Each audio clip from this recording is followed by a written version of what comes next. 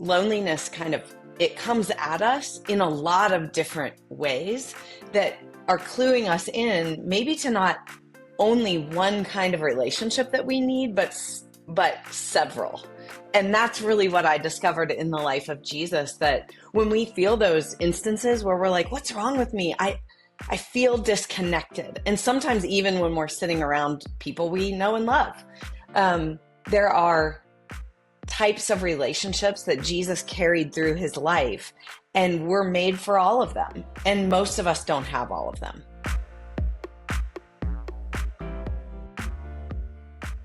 Well, I'm so excited about today's conversation. It's one, Misty, that I really need. It's about relationships. Yep. And all the different levels and all the different intimacies that we can have in relationships. And even though we have so much technology that is, in quotes, connecting us, I don't think, well, I can say for myself, I think this is probably one of the loneliest times for me, because watching it on the internet, I'm realizing just doesn't fill in the gap from being together. It's like what this weird false sense of connection. It is. Yeah. Yeah. And you're very active on the internet and, just being on Facebook and Instagram and every place. And so you're so much more connected than me, but it's not fulfilling. Like, you get through a day of having commented and repasting and all this stuff, or maybe even messaging, and you're like, but I didn't really talk to anybody. Not really a lot of relationship happening. Yeah, you're kind of putting yourself out there and then see who likes it. Yeah, exactly. Instead of having conversation. Well, I think that you're going to find that we're not the only ones that feel this way, because in a world that is more connected than ever, loneliness really is an epidemic. And so I'm so excited to bring to you our guest today, Alli Patterson. She's written the book, The Blueprint for Belonging. And I love blueprints. I love having a plan. So as we realize that we need to be guided through redesigning our way of connecting and how we can discover authentic, restorative relationships within each types. We're going to learn there are types of relationships that will satisfy our souls. So please welcome Alli Patterson along with us to the Kankelfritz and Friends podcast. Hey guys, thank you so much for having me. So fun to be with you. Well, Alli, we're so glad to have you here. I have just poured through this. I downloaded your book off of Audible. I've been listening because I have quite a long drive between here and there and had some opportunity to hear the whole thing. So I love your heart for loneliness. I mean, that sounds kind of funny, but you share a really relatable memory of being with a whole group of people and suddenly realizing that you were lonely. And boy, did I relate to that story. Do you mind just kicking us off telling that story? Oh, absolutely. I think at the time before I tell you the story, I think the reason I do have such a heart for this topic is because we don't recognize these waves of loneliness that come over us and what they're cluing us into. And so as I look back on this particular story, it was at a time in my life in college where I should have felt the most connected. You're living in and among people that you have known for, in my case, a couple of years at that point. And I had taken my date, who was my longtime boyfriend and is now my very longtime husband. So he was with me on this particular night. And it was almost like I had this moment where I was watching the evening happen around me and going, why do I feel so disconnected to this experience? And I couldn't explain it to myself because I was there with a boyfriend that I loved. I was among friends. I was welcome in that place. And I couldn't figure out, what is this wave that hit me?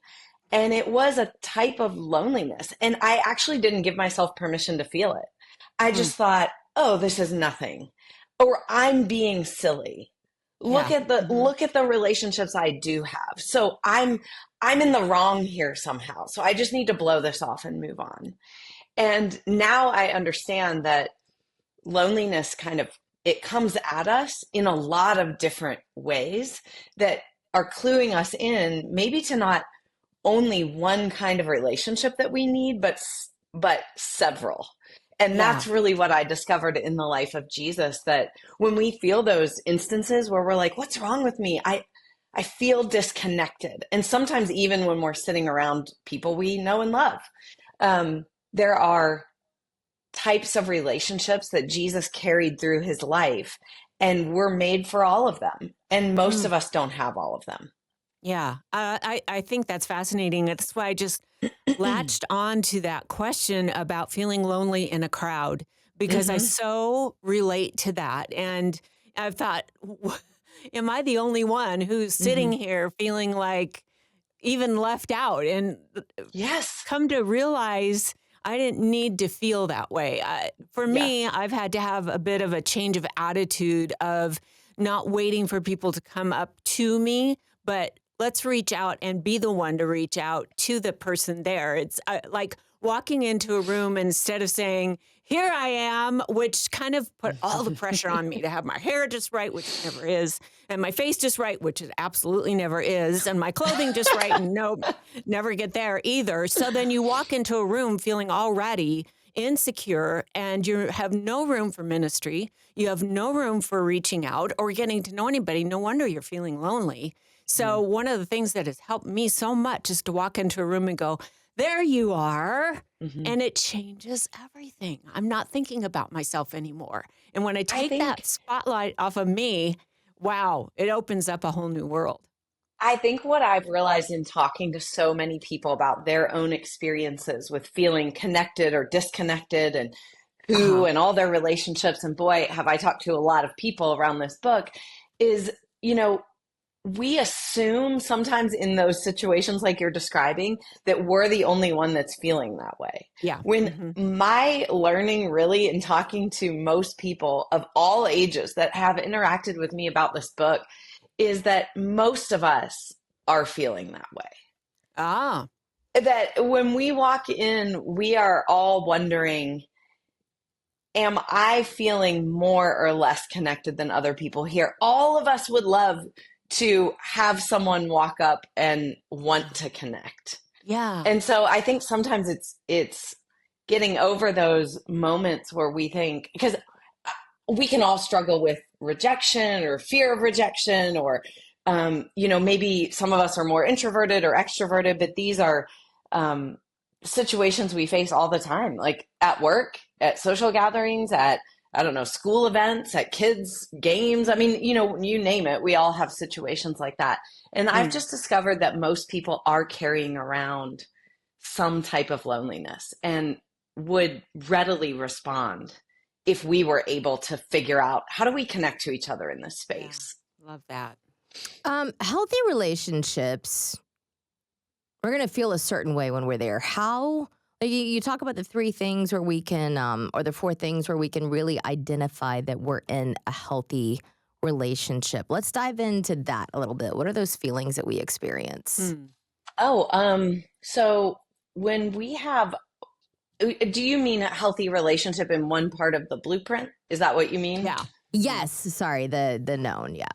Yeah. So as I look at, so the blueprint, if you will, and I use that in quotes because I just took the types of relationships that I see in the life of Jesus, Mm. and I'm calling that a design, because I think that when we look at the life of Jesus, we're meant to look at that as a model for how to live a thriving human life. And so as I look at his relational world, I see a design to it. I see some types of relationships.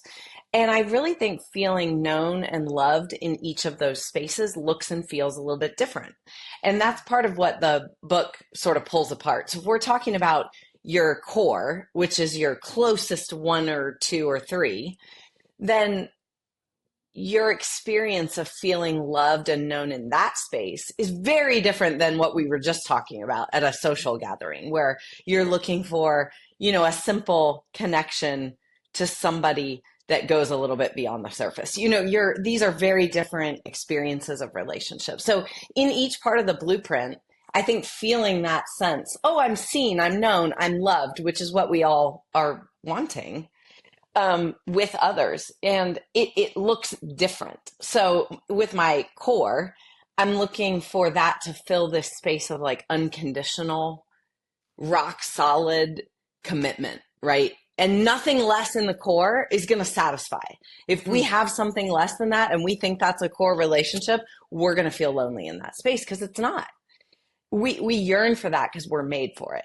But if you go all the way out to, a community, which is a broader network of all your sort of social connections in your life, you shouldn't be looking for that, nor do you need that from the 150 people that you know in your life. You're looking for something different. You're looking for a basic level of welcoming, support, acknowledgement, blessing. That looks very different in that space. And I think sometimes, especially in the digital world, my goodness, in the digital world, we go looking for the wrong thing in the wrong part of the blueprint. Mm-hmm. Like social media encourages us to overshare, right? People want to, they want to be seen, they want to get clicks, whatever the motivation is. So they share something with a community or a crowd that's really a type of situation or thing that you would really probably reserve for your core or your circle. Yeah. And then we feel hurt when we don't get the responses that are healthy and helpful in that space. So sometimes we try to like go looking for what we need in the wrong people, in the wrong place. I'm thinking of a friend of ours. He's a man. I'll put it off on him, who felt that he needed to put up on Facebook a picture of his rash. This was recently. Oh my goodness. I was like, okay, this is an example of an overshare. Yeah. My husband was looking over my shoulder and he's like, what? Wow. Maybe you could just text that to your friend who's a doctor. Exactly. So there you go. Yeah. That's the extreme. I did just have I was thinking about, you were talking about, Sally, your approach that you came to. There you are instead of here I am. And honestly, social media would probably be a lot more fulfilling if we did concentrate on learning about others instead of trying to inform others about us. Ooh, I like that, Misty. Right? Yeah. I just realized that totally applies. That was like a little mind-blown moment. Totally applies to social media. I love that. For going about it the wrong way. And you think about us as broadcasters, and I hear it repeatedly amongst our group. I'm just an introvert. And I think we're using that as an excuse. I'm just an introvert. Well, I am. I don't want to walk into a room and go, here I am. But I want to, Alli, I want to learn to not use that excuse anymore. Because you've got these words that are so important: known, included, encouraged, welcomed, and expectant. And so many of them are missing from my vocabulary right now. Yeah. I too trend in that way. I grew up with a highly extroverted mom. So bless her, she taught me great, people and social skills by example, but I do trend in that direction as well, toward, slightly more introverted.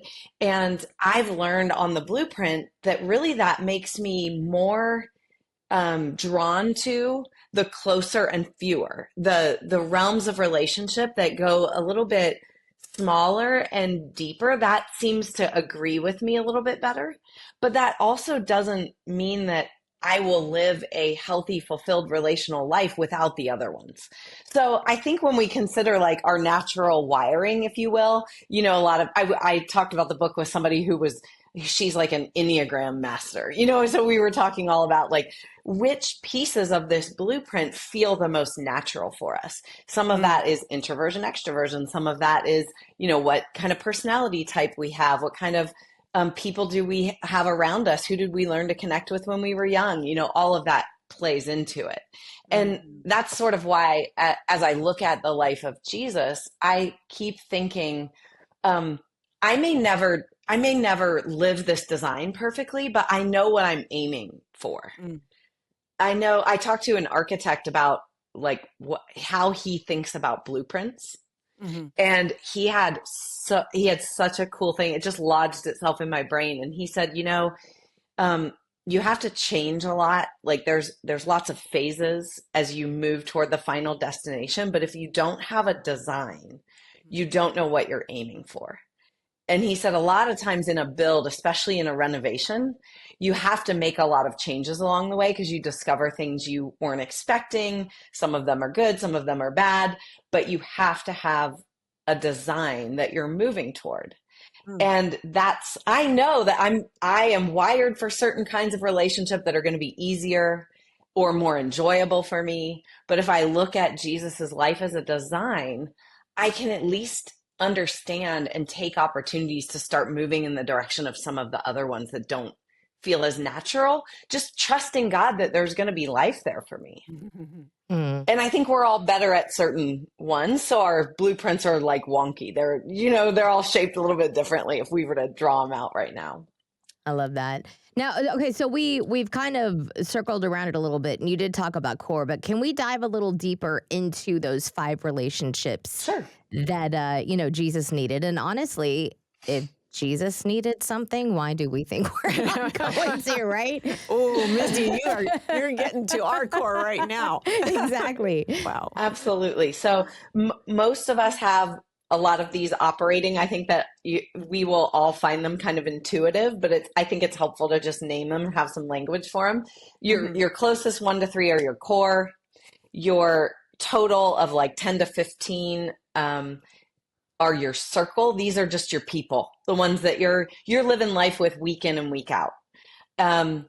The next realm I think is really fun to talk to people who are followers of Christ about, because it's called comrades, and it's about people you're on mission with, whose life is really aimed in the same direction and the same finish line. And this can be a really, really powerful realm in the life of a believer. And I love this. I love this realm of the blueprint called comrades because it's all about mission. And the next one beyond that, we're kind of getting bigger as we go out, is your community, which we mentioned. And your comrades are certainly part of your community. They're all embedded. It's like nesting dolls. But your community also includes all of your connections that you've built over a lifetime. This could be family, extended family, old friends, neighbors, people at work. You may or may not have any strategic reason for that relationship, but these can bring a lot of joy, a lot of support, a lot of connection. So I call that the community that surrounds your life. And then the furthest one out might have been my most fascinating to consider, especially in the life of Jesus, and it's the crowd. And we are in a time right now where we have decided the crowd really doesn't hold much for us. And I would challenge that assumption, because what we see in the life of Jesus is to really truly love and be loved most deeply as God has loved us. We need the realm of the crowd because there is no reason for us to interact in it. But when we go into the crowd and we either receive or give the love of Jesus in that space, we understand there's no reason for this. I just received something from a stranger that I didn't deserve, that I'll never be able to pay back. And we understand something about the love of God that you can't get access to in any other part of the blueprint. And so the crowd is a really interesting one for me, especially post-COVID. We have a lot of thoughts on the crowd that really put a hindrance on this part of the blueprint in our life. And social media doesn't help us there either, because it curates our crowd into basically, something that's a false version of it. So I think we have some challenges, but I am really fascinated by it. It might be my favorite chapter of the book on the crowd. Oh, I love that. Me too. Let's go back to Jesus a little bit. Can you identify for us, because I think that would really help me to see it, like who were Sure. in his core and onward? Absolutely. Yeah. We'll just work our way through again, and we'll talk about Jesus. As you read the Gospels, you constantly see 3 names together over and over again, and it's Peter, James, and John. Peter, James, and John. Peter, James, and John. And if you watch his interaction with those 3, it's very it's more intimate, and there's higher access, and there's more vulnerability, even on the part of Jesus, to disclose who he really is to those 3 men above anyone else. And in the book, I talk about the transfiguration, which was really the moment that probably most embodies this, though you see it over and over, where Jesus revealed his real identity, a piece of his divinity that no one else was allowed to see. And so, as we think about our own core, that fits perfectly. We should feel that we can expose who we really are to just a couple of people who are Mm. going to be allowed to access us at a different level than anyone else in our life. And for Jesus, that was Peter, James, and John. And he constantly pulled them out versus even his other disciples who made up his circle. So Yeah. he had 12, including those three. And interestingly, about our circles, probably the most intuitive part of the blueprint, like these are your people. And the rule of thumb for me on the circle is you're seeing them or you have rhythms with them like on a weekly basis or pretty close to it. These are Mhm. your people that you're living life with. So geography is a little bit more important here. Oh. It's not just affinity, it's also access because we need to be together. The circle kind of depends on shared activity, shared rhythm. We're doing things together on a regular basis. And Mm. for me, this is a challenge for me. There's all kinds of reasons why, but the circle has been a challenge for me as an adult. And interestingly, I looked at some sociological research when I was writing the book, and nothing to do with faith or the life of Christ. Our modern understanding of human relationship would tell us that we cap out at about 15 Mm. with our capacity for these kinds of relationships that I would call the circle. And it's very close to Jesus's 12. So that's the neighborhood we're in, about that many Yeah. people that you can kind of hold closer in your life on a regular You can keep basis. track of. Uh-huh. Yeah. Yeah. So Mm. beyond that, the comrades, I already told you this is my favorite. In the life of Jesus, this is so interesting to me. If you look at the blueprint, some of your comrades, well, some of the people in each of the parts are going to sit closer to the one before or after it. There's Uh-huh. different shades of people in your life. And his closest comrades, I would argue, are Mary, Martha, and Lazarus. Oh, yeah. They share a mission. They clearly understand his identity. Uh-huh. He stays with them. He allows Mary to access him in a way that women were typically not allowed to. He is welcome in their home. He chooses them, and Lazarus is the recipient of arguably his most astounding miracle. And he was emotionally involved and attached to that trio of people, but they weren't his disciples. They weren't weekly. They weren't traveling with him. They weren't having as much access. But they tightly shared his mission. Hmm. And then you look at the 72, which is another great example of something that would sit a little further out, but in that same realm. He's training this group. They're sharing a mission. They're going out and preaching the gospel. We don't know their names, but no doubt he did. Mm. And he spent time with them and trained them and sent them out on mission, and they were like-minded about the kingdom of God. They were literally doing the same thing with their life. They're preaching, they're healing, they're teaching, they're traveling. So you and I, we have people who do similar things to us, and my guess is that you feel a camaraderie with those people, even if you only see them once or twice a year. Ah. And the comrades can be so enriching because there's like that tie to mission means so many things for your life. And you can't pull all of those people into your inner circle, but it's a deeply meaningful realm I just in our love the life. word comrades. Yeah. Don't you? Yeah. I do too. Yeah. Well, it conjures up, I use that. I knew it was kind of an old word that's not in our vernacular as much anymore, but it conjures up a battlefield. And I did that on purpose because you're literally fighting the same fight. And this could be like you're just momming your kids the same way. You're trying to raise kids that love Jesus, and that's going to look different than other moms as much as you might like them. And the moms that are momming like that, you need them in your life. That's a really simple example. And then for me, I think about like other people who teach, who write, who communicate, other women who are involved in church ministry, in their local church ministry. These are comrades of mine, and they're spread out all across the country. And it's such a blessing when I get to spend time with them. Yeah. Yeah. It's like when we go to our conventions. I was about to say, I was thinking Yes. of exactly like just the Christian radio world. There's Yes. such camaraderie in that. And So you much get this love and infusion of appreciation. like, I can do it. Like I can fight another day because I know that you're here with me in this. You know, Hmm. those Yes. are Yes. just invaluable people in our lives. Um, and then if you go out one more realm, this is real interesting.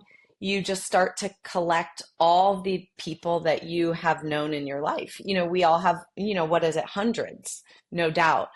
I compare this in the book to like a net that gets tied under your life. The beauty of community is that you are tied to your own story, to geographic places, to your own past, to your family. There's all kinds of things that happen in the realm of community.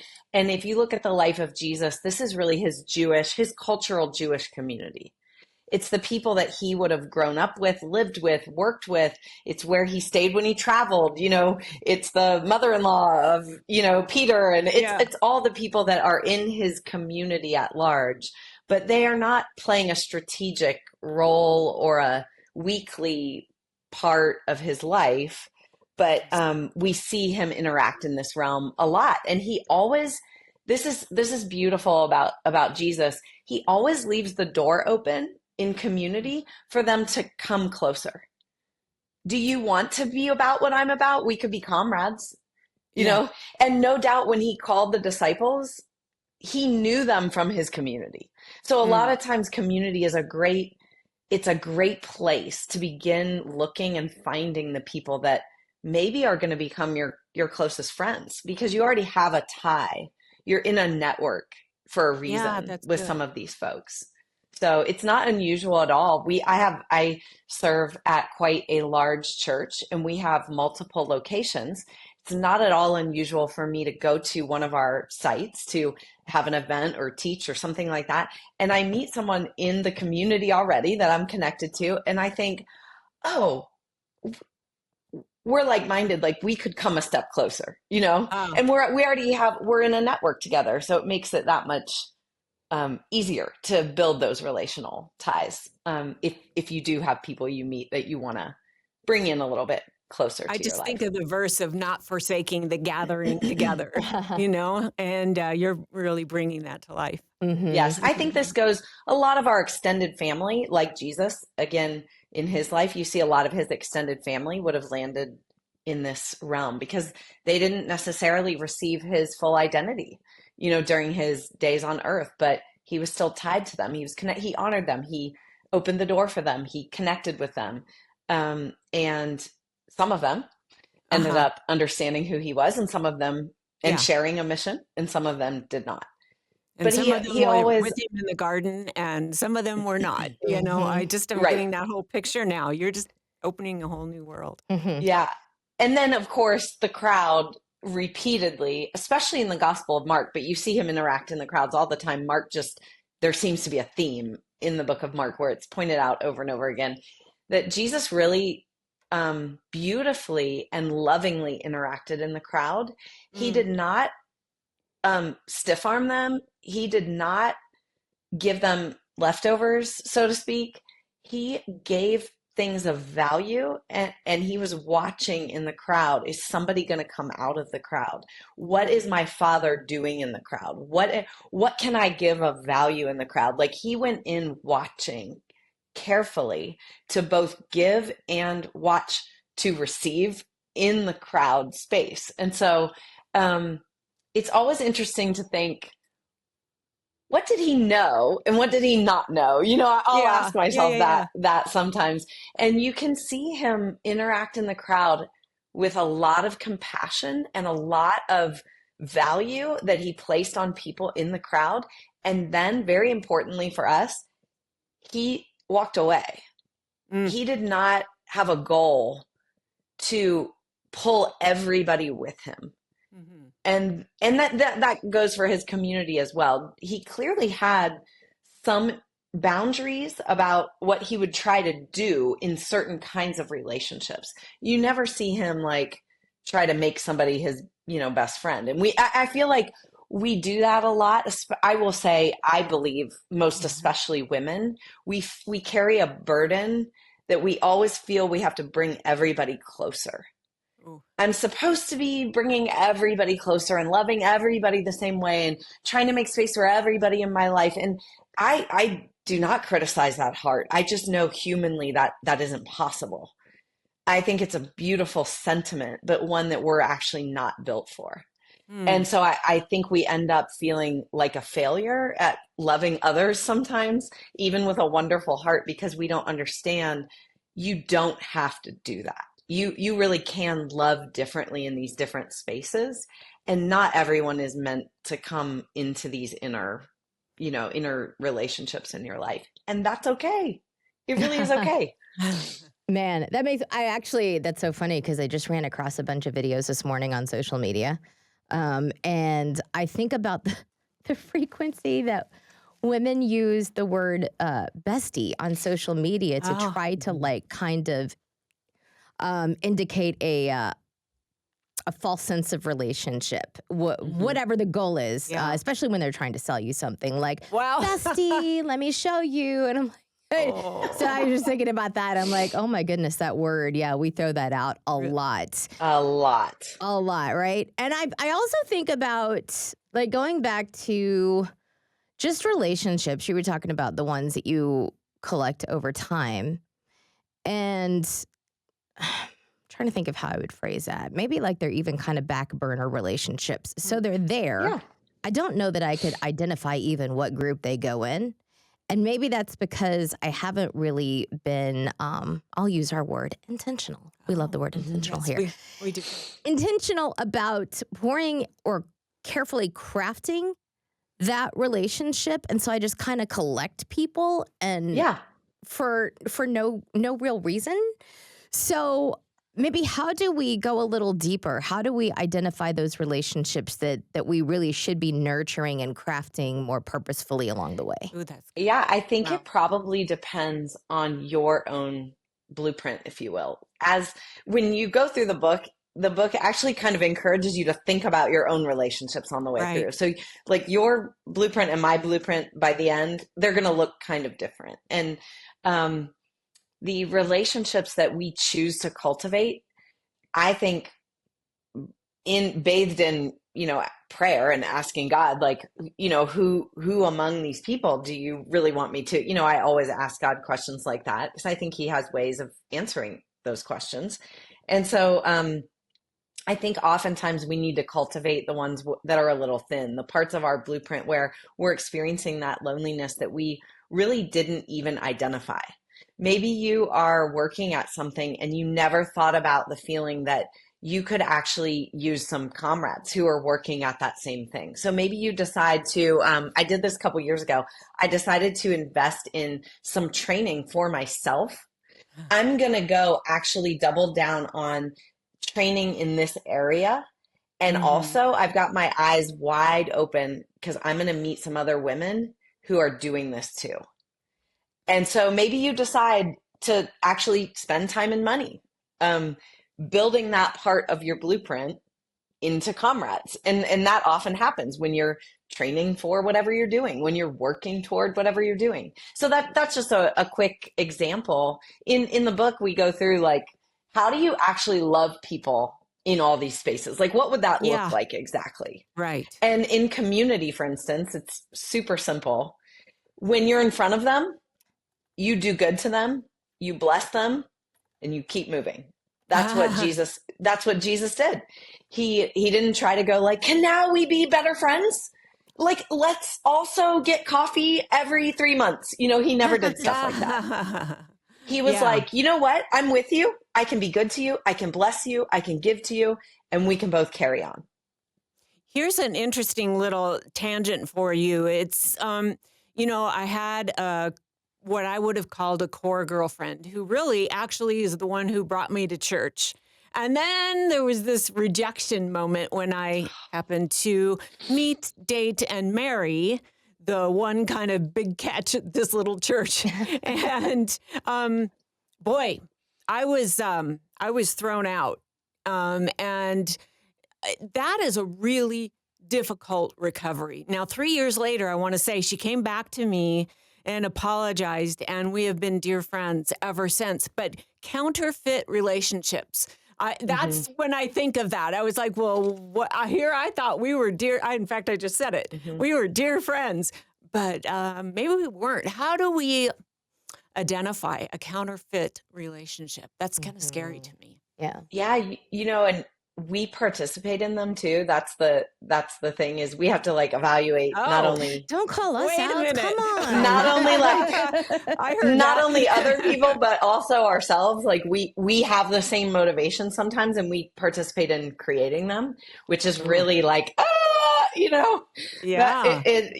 I think to truly identify counterfeit, we have to also look at our own motives in participating in some kinds of relationships. But Okay. the easiest for me, and usually the most glaring, is that you get glimpses that they're connected to you because they want something, Mm. Hmm. because they want something else. They might like you too. That I'm not suggesting that it's always that sinister, but it's you plus something Yes, else. you are just connecting it for me all these years later. That why I kept calling myself, oh, I was just the trophy heathen. I was Yeah. just the trophy at this Hilarious. little church Oh that my she gosh, brought that's in so from funny.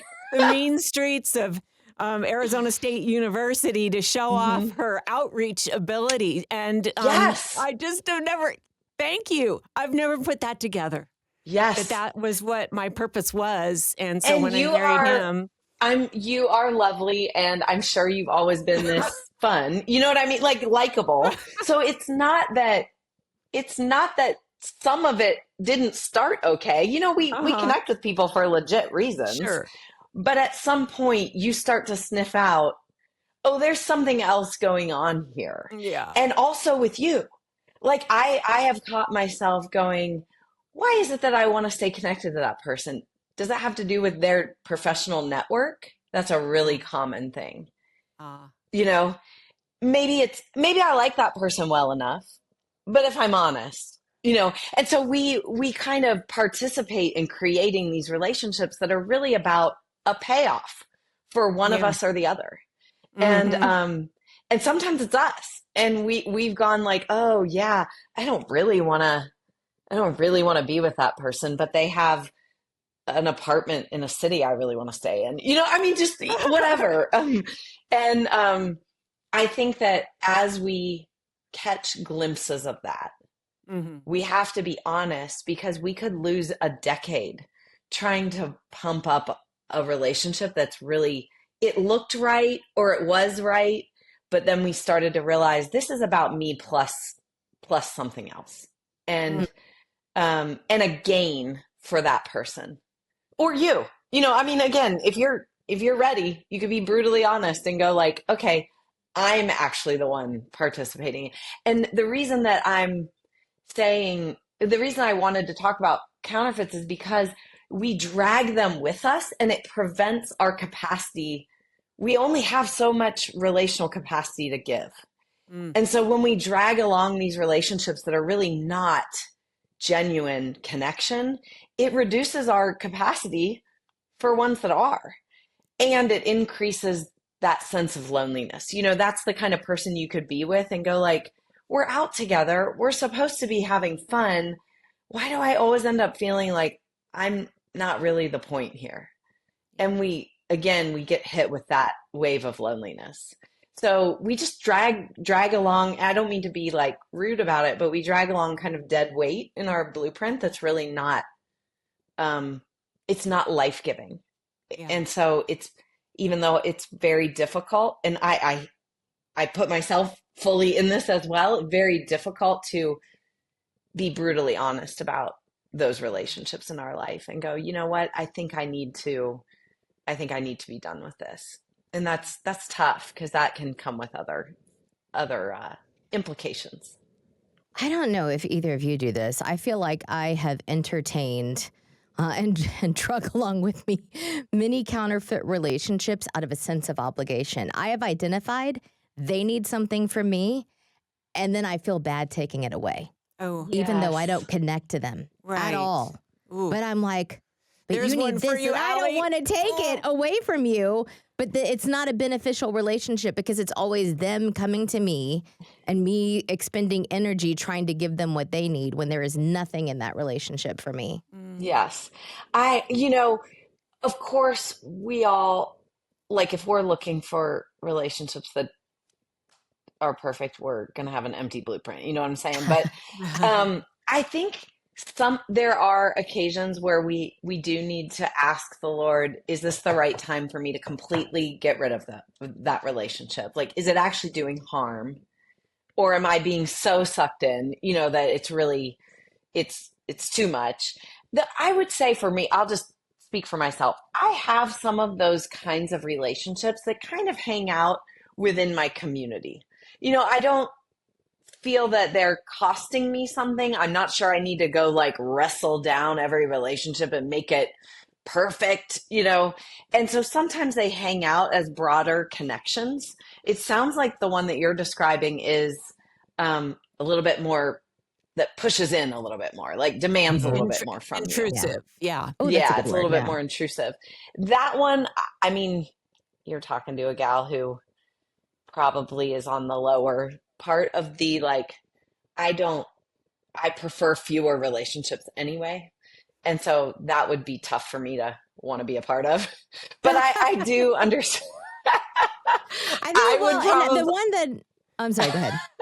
I was just going to say, I would probably lean toward some Bye. brutal honesty there. But Okay, so I will say I struggle with mental health issues, and this person struggled too. And I was the one she came to for help, even though I'm not like a professional. And so I think I felt a sense of like, I need to keep her safe. Ooh. And oh, yeah, fortunately wow. for me, she ended up like getting mad and blocking me. I think it was over a couple elections ago. She thought I didn't vote the way that I should. So that was a Don't you relief love that? because, yeah, and I think as Christians, sometimes we feel like maybe we're not being Christ-like if we walk away, but Yes. Jesus walked away. Yes. And there are times, like you said, it's damaging and it's taking Yes. energy and time from us that we could be pouring into real, authentic relationships and building those. So, Yes. Oh, that's And hard. yeah, it I mean, is. it sounds to me like you're probably a very compassionate person, especially down that vein of your own story. If She is she's very looking to, dedicated to the relationships she loves. Yes, there we go. Does yeah, that work?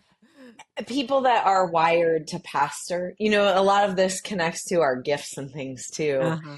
And if you're really wired to like counsel and shepherd and, I think probably that yearning to guide and lead and care can be super strong if you're wired, as a shepherd for others, or as an advocate, or you have the gift of wisdom. There are all kinds of gifts that could make us more susceptible to those people that need deep care. And for me, I just need people around me that aren't like me to go like, hey, that one's too far, or not good boundaries there.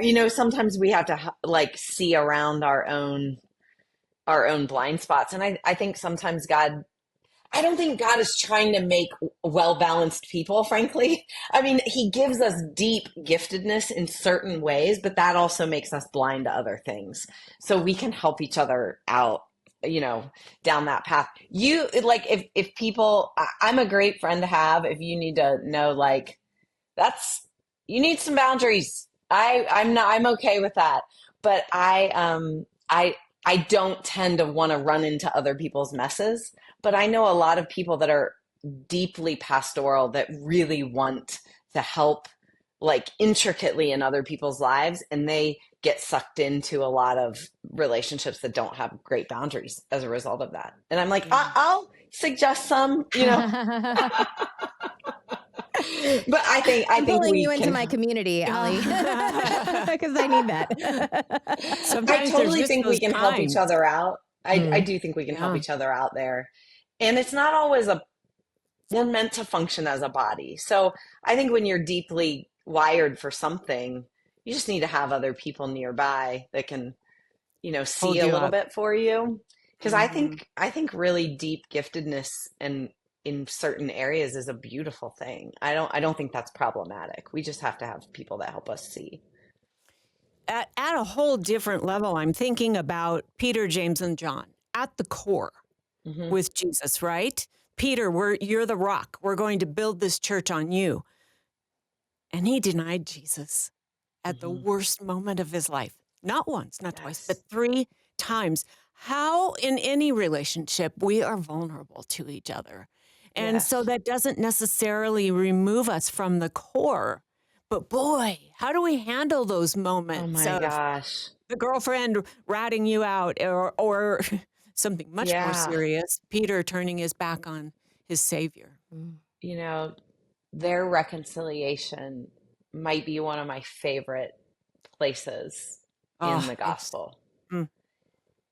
And it's so beautiful. And for me, this all rests on Jesus's knowledge of Peter's real identity. It's not that we don't behave badly sometimes or outside of the truth of who we are, but in the core, authentic core relationships, they see and understand your real identity in Christ. And Jesus restored that. He came back to Peter, to restore Peter's understanding of that, right? I mean, Jesus held that the whole time. He knew who Peter was, who God made him to be, what God was going to call him to do, and he never gave up on that. And that's really for me the question is every situation is different. The question for me becomes, is this a moment where that doesn't impact really who I know that person to be? If you're confident in that person's identity, I think forgiveness can happen. Jesus was not dealing with somebody that he was unsure of. He knew exactly who Peter was. And I listened to lots of women when I was writing this book. I went through the concepts with about 35 women, like in their own lives. And a real loss or betrayal, a real blind spot where somebody is in your core that ends up hurting you in a way that it's over. You're not going to get past it. This isn't somebody you're going to reconcile with. Man, we carry those wounds very, very deeply. Mhm. And I ended up in tears just listening to it's loss of any kind. Maybe it's a divorce, maybe it's a death, maybe it's a betrayal, but when that's experienced in the core, you have to work pretty hard to regain trust. And there's no way to do that but to go to the Lord. Mhm. And he can restore it. I believe I will be the first one. We don't have time to get into this, I'm sure, today, but I will be the first one to say my own story bears out that God can repair and redeem relational trust at any level.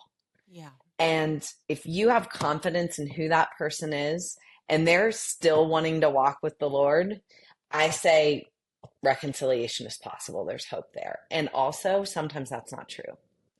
Yeah. And you carry that loss and it impacts your ability to connect with other people. And it's really, really, really hard. And I listen to that story over and over and over again from people. Yeah. And God can heal, but sometimes the relationship does not go on. I think it's interesting that Jesus walked into the relationship with Peter, James, and John, but Peter, as our example right now, knowing he knew ahead of Hmm. time. He He knew. told Peter Yeah. what he was going to do. And Yeah. so maybe a lot of it is walking into a relationship with forgiveness on your mind Yeah. as you enter in, because we are all human. We can Yeah. all accidentally stumble into an area that we have no idea just wounded somebody else. And Yes. sometimes we know exactly what we've done, but the humanness is going to come out in any relationship. And I think as I'm looking at my sweet friend Misty, I'm just thinking, you know what?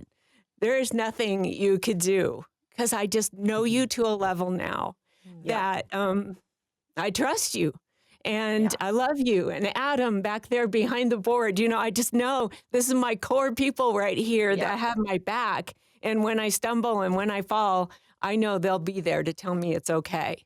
Yeah. And what a And if they blessing. hurt you, you're still going to have confidence that they want to walk with the Lord. Right. You weren't crazy. You know who they are. Like these are Yeah. the kinds of things that make reconciliation possible. I love that. Um, yeah, it is man, have I developed like just listening to people talk about their blueprints, if you will, um, just has given me such a deep compassion and understanding that we are carrying pretty heavy relational stuff around with us all the time, Mm. all the time. Like everybody that I interact with. I had a woman just last night. I had an event. Our community, we did a study of the book, all the women in our church, and there's a video based study that we created to go with it. And one of the women watched a video, and she came up to me last night and said, "Hey, you said this thing in the video." And she said, "I have spent 65 years of my life not knowing that I was allowed to walk away from any relationship ever." Wow. And she said, I I wanted you to know that Jesus set me free. Hmm. I think I've been waiting 65 years to hear what you said. And I was like, listen, first of all, that's the Lord. Like he he wants you free. Like that's his work in your life. And I'm sorry you spent so many years like that. I'm sorry that you spent so many years feeling guilt, shame, fear, all the things that are really the work of the enemy in our life. Because what does he come to do? He comes to destroy the image of God. And the image of God is baked into relationship because that's how God exists. That's how we were made.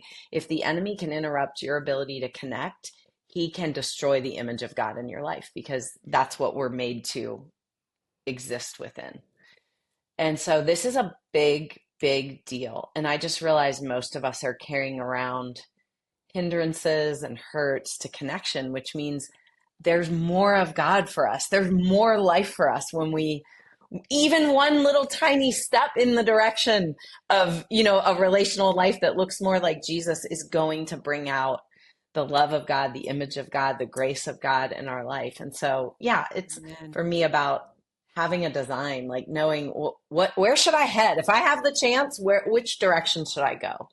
Wow. And that's ultimately why I decided to write the book because I knew, I mean, my relational world is just like yours. It's very checkered, lots of different things happening. But how can you sit on something that looks like it might bring us life Hmm. if we were to pattern our lives after Jesus like that? I see Misty's mind just going. What are you Well, thinking? no, you were. I was kind of lost in how relationships mess up our relationship with God because we Mhm. do tend to put the way that we are treated by humans on Him. And I spent 14 years away from him. And I still, my dad was not a part of my life. He was abusive. I'm so thankful that my mom walked away. She did that for Mhm. me. But it did impact me in the fact that to this day, even after he shows me over and over and over, it impairs my ability to connect to God as a father. Mm. I Yes. struggle with that all the time. So yeah, um, it's interesting how we put human attributes on somebody who's not human. Yeah. That just made me think of like each month I have a section of scripture that I memorize. And the end of mine was in Psalm, it's all in Psalm 118, but the end says it's better to take refuge in the Lord than to put your trust in humans. And Hmm. it's really speaking to some other things, but it made me think of what you said because so often when humans violate our trust, we won't trust God. And we superimpose that onto him and blame him for the actions of our humans.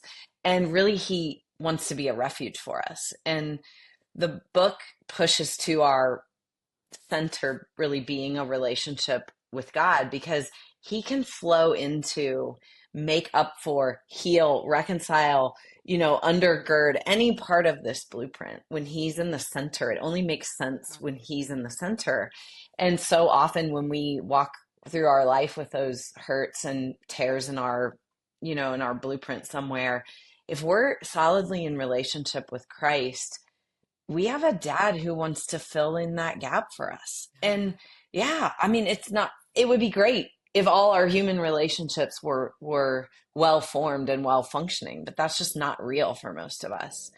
And he can be a refuge in those spaces if we don't shove him out and throw the baby out with the bathwater.